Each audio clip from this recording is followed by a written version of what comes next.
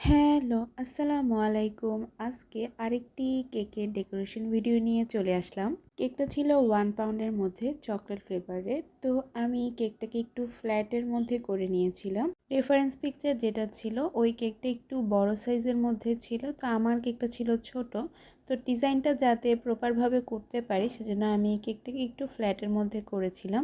এই অর্ডারটা দিয়েছিল আমার ছোট ভাই আর ওর ফ্রেন্ডরা মিলে। ওদের একটা ফ্রেন্ড অস্ট্রেলিয়ায় চলে যাবে, তো ওই উপলক্ষেই কেকটা অর্ডার দিয়েছিল ওই ফ্রেন্ডটার জন্য।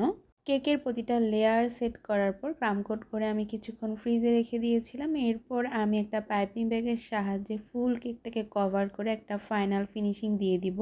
আজকের ক্রিমটা একটু ওভারবিট হয়ে গিয়েছিল। ওভারবিট হয়ে গেলে কিন্তু কেকে ফিনিশিং আনা অনেক কষ্টকর আর অনেক টাইমও লাগে। তারপরে আমি মোটামুটি ফাইনাল একটা ফিনিশিং দিয়ে দিব। আচ্ছা, পুরো জানুয়ারি মাসব্যাপী কিন্তু আমাদের পেজে একটি অফার থাকছে, হ্যাপি নিউ ইয়ার অফার। এই অফারে কিন্তু আপনারা পেয়ে যাবেন প্রতিটা ফ্লেভারের উপর একটি বিশেষ ছাড়, আর সবার পছন্দের টাপ কেকের উপরে কিন্তু বিশেষ ছাড় পাচ্ছেন। তো প্রাইস জানার জন্য অবশ্যই আমাদের পেজে ইনবক্স করতে হবে। এখানে আমি হোয়াইট ক্রিম দিয়ে ফাইনাল একটা ফিনিশিং দেওয়ার পরে উপরে হচ্ছে ব্লু কালার দিব। ব্লু কালারের একটা লেয়ার দিয়ে দিচ্ছি। আমি শুরুতেই বলে দিয়েছিলাম আমি কেকটাকে একটু ফ্ল্যাটের মধ্যে করেছি, সেজন্য কেকটাকে একটু দেখতে বড় লাগছে।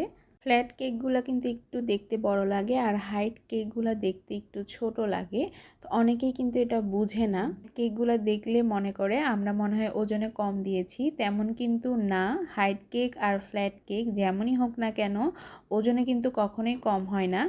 1 পাউন্ড কেক 455 গ্রাম হয়ে থাকে, কিন্তু আমরা হোমমেড কেকগুলো কিন্তু 455 গ্রামে কখনোই দিতে পারি না। সবসময় আমাদের ওয়েট এর থেকে অনেক বেশি হয়ে যায়। কিন্তু বেকারির কেকগুলা ছোট হয়ে থাকে, ওরা কিন্তু 455 গ্রাম অনেক সময় দেয় না।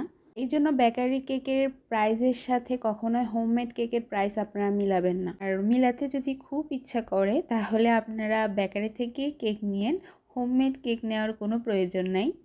এখানে আমি টপারগুলা ফন্ডেন্ট দিয়ে করে নিয়েছিলাম, আর এখানে ফ্ল্যাগ যেগুলো রয়েছে সেগুলো কিন্তু নন এডিবল ফটো পিন ছিল। বাজেটের মধ্যে যদি আপনারা কেক নিতে চান তাহলে কিন্তু নন এডিবল ফটো পিন দিয়েও আপনারা কেক নিতে পারেন। এডিবল ফটো পিন থেকে কিন্তু নন এডিবল কেকগুলো একটু বাজেট ফ্রেন্ডলি হয়ে থাকে। সব সময় তো ভিডিওগুলো ফাস্ট করে দিই, আজকে ইচ্ছা করে একটা ভিডিও স্লো করে দিলাম যাতে আপনারা বুঝতে পারেন প্রতিটা কাস্ট করতে কতটা সময় লাগে। কথা বলতে বলতে আমার আজকের কেকটা রেডি।